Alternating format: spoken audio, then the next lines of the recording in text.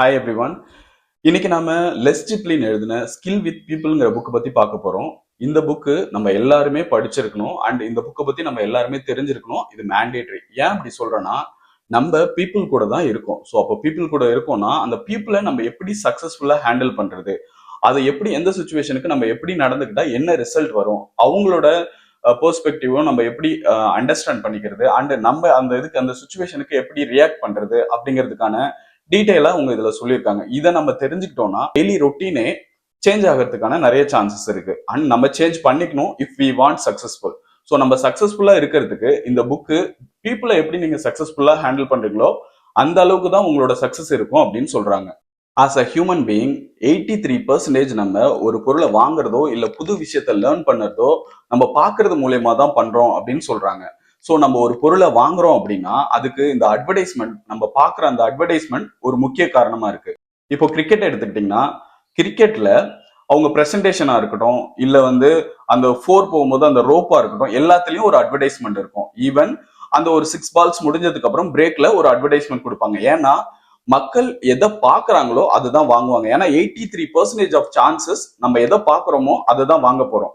அதனாலதான் இந்த advertise industry ரொம்ப பிக்கா இருக்கு. அதோட முக்கியமான விஷயம் என்னன்னா, நம்ம 11% தான் கேட்கறது மூலயமா வாங்குறோம். ஸோ டேஸ்ட் பண்றது மூலியமாவோ இல்ல டச் பண்றது மூலியமாவோ நம்ம அதை லேர்ன் பண்ணிக்கிறதுக்கோ இல்ல வாங்குறதுக்காக இன்ஸ்பயர் ஆகிறதோ very less percentage, less than 1%. So அப்போ நம்ம கேட்கறது அண்ட் பாக்குறது, அதுல பாக்குறது தான் 83%. 11% நம்ம கேட்கறது மூலியமா வாங்குறோம். ஸோ அப்படி இருக்கும்போது இது ரெண்டு தான் மேஜரா இருக்கிறதுனால நம்மள எந்த இடத்துக்கு போனாலும், ஒரு பஸ்ல கூட நமக்கு அட்வர்டைஸ்மெண்ட் இருக்கு. ஈவன் நம்ம ஸ்கூலுக்கு போனா கூட ஸ்கூல்ல கூட அட்வர்டைஸ் பண்றாங்க. ஸோ நம்மளை சுத்தி எல்லாமே அட்வர்டைஸ்மெண்ட் இருக்கிறதுக்கு காரணம் நம்ம பாக்குறது மூலியமா தான் ஒரு பொருளை வாங்குறோம். அதே விஷயத்துல நம்ம பாக்குறது மூலியமா தான் ஒரு விஷயத்த ஃபாஸ்டா லேர்ன் பண்ணிக்கிறோம். அஸ் அ ஹியூமன் பீயிங் நம்ம ஒரு விஷயத்தை எப்படி ரீடைன் பண்றோம் அப்படின்னா, அதாவது ஞாபகம் எப்படி படுத்துறோம் அப்படின்னா 10% தான் நம்மளால படிக்கிறது மூலியமா ரீடைன் பண்ண முடியும். ஸோ அதே நம்ம கேட்கறது மூலியமா 20% அதை ரீடைன் பண்ண முடியும். நம்ம பாக்குறது மூலியமா நம்மளால 30% ரீடைன் பண்ண முடியும். ஸோ நம்ம பாக்குறது அலாங் வித் கேட்கறது அப்படிங்கும்போது நம்மளால 50% ரீடைன் பண்ண முடியும். ஆனா 70% நம்மளால எப்போ ரீடைன் பண்ணலாம்னா, நம்ம எப்போ ஒரு விஷயத்த பேசுறோமோ அதையே சொல்றோம், நம்ம சொல்றதே அதை நம்ம பேசுறோம் மற்றவங்கள்ட்டையும் அப்படிங்கும்போது நம்மளால 70% அதை ரீடைன் பண்ண முடியுது. அதுக்கு மேல நீங்க ஒரு விஷயத்த சொல்றீங்களோ அந்த விஷயத்த நீங்களே பண்றீங்கன்னா அப்போ 90% உங்களால ரீடைன் பண்ண முடியும். ஸோ ஒரு இன்ஃபர்மேஷன் ஆல்ரெடி உங்களுக்கு தெரியும், அந்த தெரிஞ்ச விஷயத்த நீங்க மறுபடியும் அதை திருப்பி பண்றத நீங்க பேசுறீங்க அப்படின்னா உங்களால 90% அதை ஞாபகப்படுத்திக்க முடியும் அப்படின்னு சொல்றாங்க. ட்ரைனிங் எப்படி எடுக்கலாம்னா ஒருத்தங்களுக்கு புரிய வைக்கிற மாதிரி, ஸோ ஃபர்ஸ்ட் அவங்களால எப்படி ரீகால் பண்ண முடியும் அப்படிங்கிறது ஒரு விஷயம் இருக்கு. அதை அண்டர்ஸ்டாண்ட் பண்ணாதான் நம்மளால எப்படி ட்ரைனிங் எடுக்க முடியும் அப்படிங்கிறத அண்டர்ஸ்டாண்ட் பண்ண முடியும். ஸோ அதுல ஒரு விஷயத்த ஒருத்தங்க நம்ம ரீகால் பண்றதுக்கு ஒரு 20% தான் சான்சஸ் இருக்கு அவங்கள்ட்ட நம்ம சொல்லும்போது.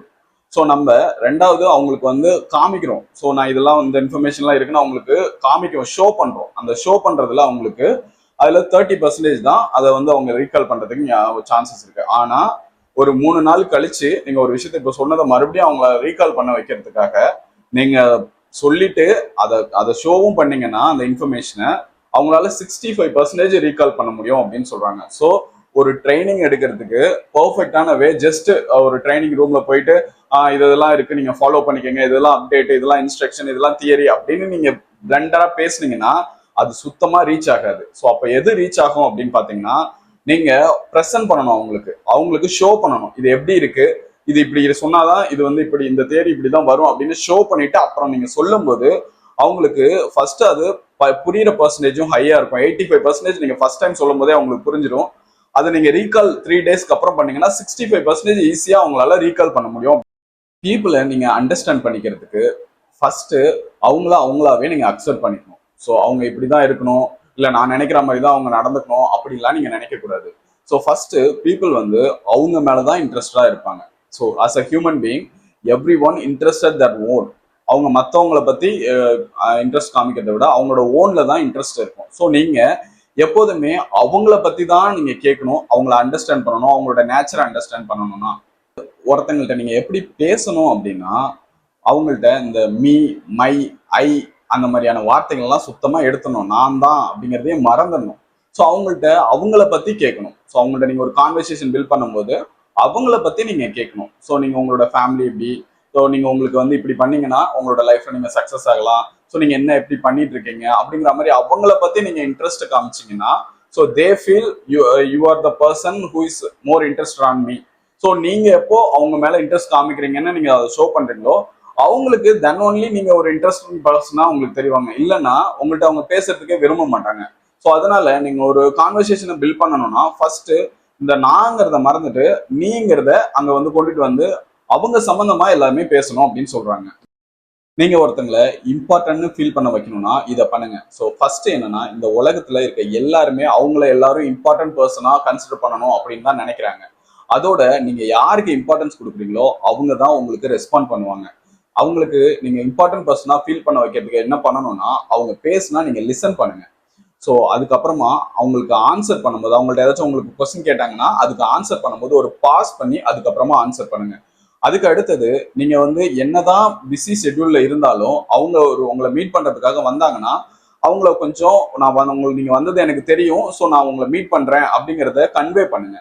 அதுக்கப்புறமா அவங்களுக்கு வந்து அட்டென்ஷன் அடிக்கடி கொடுங்க. எப்படி அட்டென்ஷன் கொடுக்கறதுனா, they use their name frequently. So இதெல்லாம் நீங்க பண்ணும்போது அவங்களுக்கு ஆட்டோமேட்டிக்கா நம்ம அவங்களுக்கு இம்பார்ட்டன்ட் பர்சனா இருக்கும். அதனாலதான் நமக்கு இவ்வளவு ரெஸ்பான்ஸ் கொடுக்குறாங்க. ஈவன் இந்த குரூப்ல இருந்தா கூட அவங்களோட நேம் சொல்லி சொல்லுங்க. ஸோ அப்படி சொல்லும் போது அவங்க வந்து இம்பார்ட்டன்ட் பர்சனா நமக்கு ஃபீல் ஆவாங்க. நீங்க என்ன நினைக்கிறீங்களோ அதுக்கு அவங்க ரெஸ்பாண்ட் பண்ணுவாங்க.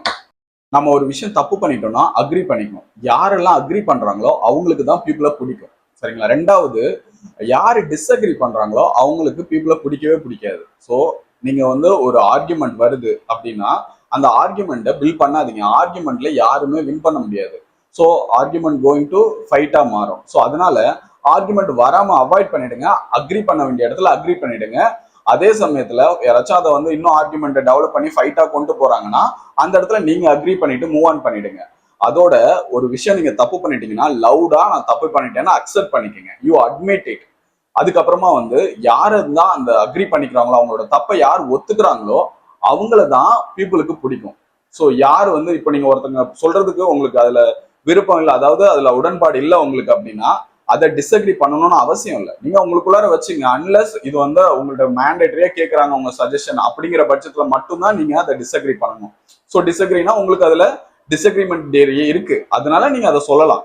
பட் நீங்க சும்மாவே அவங்க ஒருத்தங்க பேசும்போது இல்ல நான் ஒத்துக்க மாட்டேன் அப்படிங்கிற மாதிரி அங்க ஒரு ஆர்குமெண்டோ இல்ல நீங்க உங்களோட டிஸ்அக்ரிமெண்ட்டோ அங்க சொல்லணும்னு அவசியம் இல்லை. ஸோ அப்படி இருக்கும்போது பீப்புள் டோன்ட் லைக் யூ. நீங்க உங்களோட எரர் அக்ரி பண்ணிக்கங்க. பிரச்சனை ஏதாச்சும் வந்துச்சுன்னா, ஆர்குமெண்ட் வந்துச்சுன்னா அதை அவாய்ட் பண்ணுங்க. அதுக்கு அடுத்தது நீங்க தப்பு பண்ணிட்டீங்கன்னா அதை அட்மிட் பண்ணுங்க. ஸோ அடுத்தது அவங்க தப்பா சொல்றாங்கன்னா உங்களுக்கு தப்பா கன்ஃபார்மா தப்புன்னு தெரிஞ்சா கூட யூ டோன்ட் சே டிஸ்அக்ரி. அதையும் நீங்க வந்து மூவ் ஆன் பண்ணிடுங்க அப்படின்னு சொல்றாங்க. நீங்க ஒரு பெட்டர் கான்வர்சேஷனலிஸ்டா மாறணும் அப்படின்னா ஃபர்ஸ்ட் ஒருத்தங்க பேசுறாங்கன்னா லிசன் பண்ணுங்க.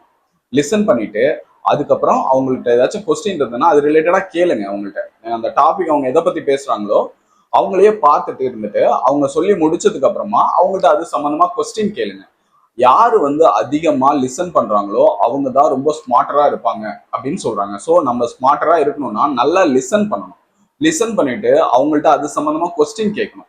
கொஸ்டின் கேட்டு அதுக்கான ஆன்சர் வந்துட்டு இருக்கும்போது நம்ம டாபிக்கை சேஞ்ச் பண்ணக்கூடாது. நம்ம எந்த டாபிக்கை பத்தி பேசுறோமோ அதை அவங்க அந்த டாபிக்ல இருந்து டீவியேட் பண்ணாம அன்டில் அவங்க ஃபினிஷ் பண்ற வரைக்கும் அதை லிசன் பண்ணணும். நம்ம ஒருத்தங்களை இன்ஃப்ளூயன்ஸ் பண்ணணும்னா ஃபர்ஸ்ட் அவங்கள லிசன் பண்ணணும். ஸோ அவங்கள லிசன் பண்ணி முடிச்சதுக்கு அப்புறமா அவங்களுக்கு என்ன தேவை அப்படிங்கிறது உங்களுக்கு புரிஞ்சிடும். ஸோ அவங்கள லிசன் ப்ராப்பரா பண்ணிட்டு அவங்களுக்கு என்ன தேவைங்கிறத அண்டர்ஸ்டாண்ட் பண்ணிட்டு நீங்க அதுக்கு ப்ரிப்பேர் பண்ணிட்டு அதுக்கப்புறமா இவர் டெலிவர் பண்ணணும். ஸோ ஃபார் எக்ஸாம்பிள் நீங்க ஒரு இன்டர்வியூக்கு போறீங்கன்னா நீங்க எந்த ரோலுக்கு இன்டர்வியூ போறீங்கன்னு கிளியரா இருக்கணும். ஸோ அந்த ரோல் இப்போ ஃபார் எக்ஸாம்பிள் டீம் லீடர் ரோலுக்கு நம்ம இன்டர்வியூ போறீங்கன்னா அதுக்கு அந்த process management, people management, client management இதெல்லாம் அண்டர்ஸ்டாண்ட் பண்ணிக்கிட்டே நீங்க வந்து அந்த இன்டர்வியூக்கு போகணும். ஸோ அந்த ரோலை நீங்க எப்படி அண்டர்ஸ்டாண்ட் பண்ண முடியும்னா ஒரு பீப்புள் உங்கள்கிட்ட பேசும்போது அவங்கள கேர்ஃபுல்லா லிசன் பண்றது மூலயமா அவங்க உங்கள்ட்ட என்ன எக்ஸ்பெக்ட் பண்றாங்க அப்படிங்கிறது தெளிவா தெரிஞ்சிடும். ஸோ அப்படி தெரிஞ்சதுக்கு அப்புறமா நீங்க ப்ரிப்பேர் பண்ணிட்டு டெலிவர் பண்ணீங்கன்னா யூ கேன் டைரக்ட்லி அவங்களை இன்ஃப்ளூயன்ஸ் பண்ண முடியும். நீங்க கன்வின்ஸ் பண்ணணும்னா இதை ஃபாலோ பண்ணுங்க. நீங்க ஒரு பொருளை இன்னொருத்தங்களை வாங்க வைக்கணும்னா எல்லாருக்குமே ஒரு டவுட்ஃபுல்லான இந்த ஹியூமன்ல இருக்க எல்லாருமே டவுட்ஃபுல்லா தான் இருப்பாங்க. அப்போ அவங்கள ஒரு பொருளை நீங்க வாங்க வைக்கிறதுக்கு அதுக்கு இன்னொரு தேர்ட் பர்சனை யூஸ் பண்ணீங்க. ஃபார் எக்ஸாம்பிள் நீங்க ஒரு ஏசியை வாங்க வைக்கணும்னு வைங்களேன் ஒருத்தவங்க, நீங்க வேணா பக்கத்து வீட்டுல செக் பண்ணி பாருங்க, இதே ஏசி தான் அவங்க யூஸ் பண்ணிட்டு இருக்காங்க, அதோட நல்லா இருக்கு இதோட பெர்ஃபார்மன்ஸ், நீங்க வேணா செக் பண்ணிக்கோங்க அப்படின்னு தேர்ட் பர்சனை ரூட் பண்ணுங்க. அதுக்கு அடுத்தது ரெஃபரன்ஸ் கொடுங்க. ஸோ ரெஃபரன்ஸ்னா நமக்கு வந்து வெப்சைட் இருக்கலாம், இல்ல வந்து நமக்கு யூடியூப் இருக்கலாம், இது மாதிரியான ஒரு ப்ராப்பர் ரெஃபரன்ஸ் அவங்களுக்கு கொடுங்க. அதோட நீங்க வந்து ஸ்டாட்டிஸ்டிக்ஸ் காமிங்க, இதெல்லாம் பாருங்க, இவ்வளோ இது செல் ஆயிருக்கு, இவ்வளோ பீப்புள் யூஸ் பண்றாங்க, இவ்வளோ பாசிட்டிவ் ரிவ்யூஸ் இருக்கு அப்படிங்கிற மாதிரியான ஸ்டாட்டிஸ்டிக்ஸ் கொடுங்க.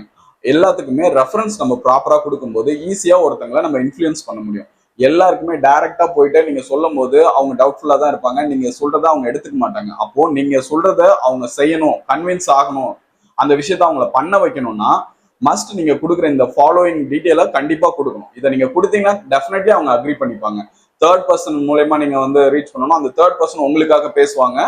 ஸோ அதோட வந்து நீங்க வந்து ரெஃபரன்ஸ் கொடுக்கணும். அடுத்தது வந்து நீங்க ஸ்டாட்டிஸ்டிக்ஸ் டேட்டாவை கொடுக்கும்போது ஆட்டோமேட்டிக்கா அவங்க நீங்க சொல்றதை அக்ரி பண்ணிப்பாங்க. நீங்க ஒருத்தங்களை எஸ்ன்னு சொல்ல வைக்கணும்னா இதை ஃபாலோ பண்ணுங்க. ஃபர்ஸ்ட் நீங்க அவங்கள்ட்ட வந்து எஸ் கொஸ்டினா கேட்கணும். ஸோ நீங்க லைஃப்ல நீங்க வந்து முன்னேறணும்னு நினைக்கிறீங்க தானே, உங்க ஃபேமிலி ஹாப்பியா இருக்கணும்னு நினைக்கிறீங்க தானே, அது மாதிரியான ஒரு பாசிட்டிவ் கொஸ்டினா எஸ் வர மாதிரியான ஆன்சர் வர மாதிரியான 2-3 கொஸ்டினை கேட்டதுக்கு அப்புறமா அதுக்கப்புறம் நீங்க உங்களுக்கு மைண்ட்ல இருக்க கொஸ்டினை கேட்கணும். ஸோ அந்த கொஸ்டினை கேட்கறதுக்கு முன்னாடி முக்கியமா அவங்களுக்கு அதுல இருக்க அட்வான்டேஜை நீங்க எக்ஸ்பிளைன் பண்ணிருக்கணும். ஸோ அதுல உங்களுக்கு என்ன அட்வான்டேஜ், அவங்க எஸ் சொன்னா உங்களுக்கு என்ன அட்வான்டேஜ் கிடைக்குமோ அதை அவங்களுக்கு சொல்லக்கூடாது.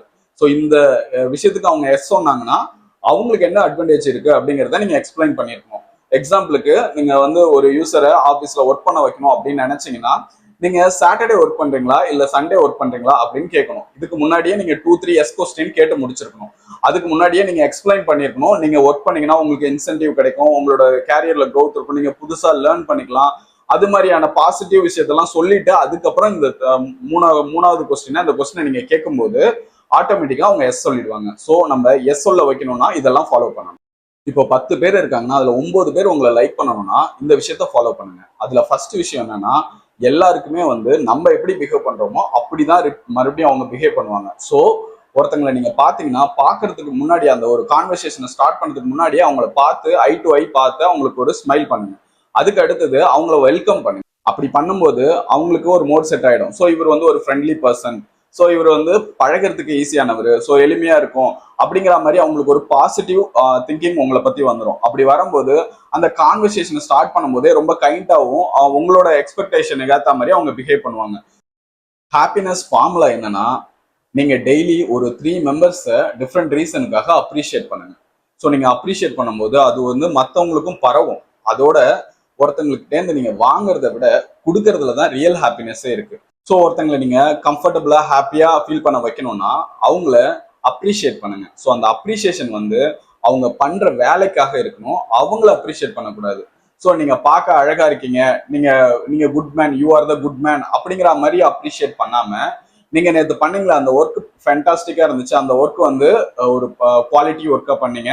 ஒருத்தங்களை நம்ம ப்ரைஸ் பண்ணும்போது அவங்க பண்ண ஒர்க்கை வந்து நம்ம ப்ரைஸ் பண்ணணுமே தவிர அவங்கள ப்ரைஸ் பண்ணக்கூடாது. So you are a good man அப்படின்னு நம்ம ப்ரைஸ் பண்ணக்கூடாது. So what work you have done that is great அந்த மாதிரி அப்ரிஷியேட் பண்ணாதான் that they will take it as a real appreciation.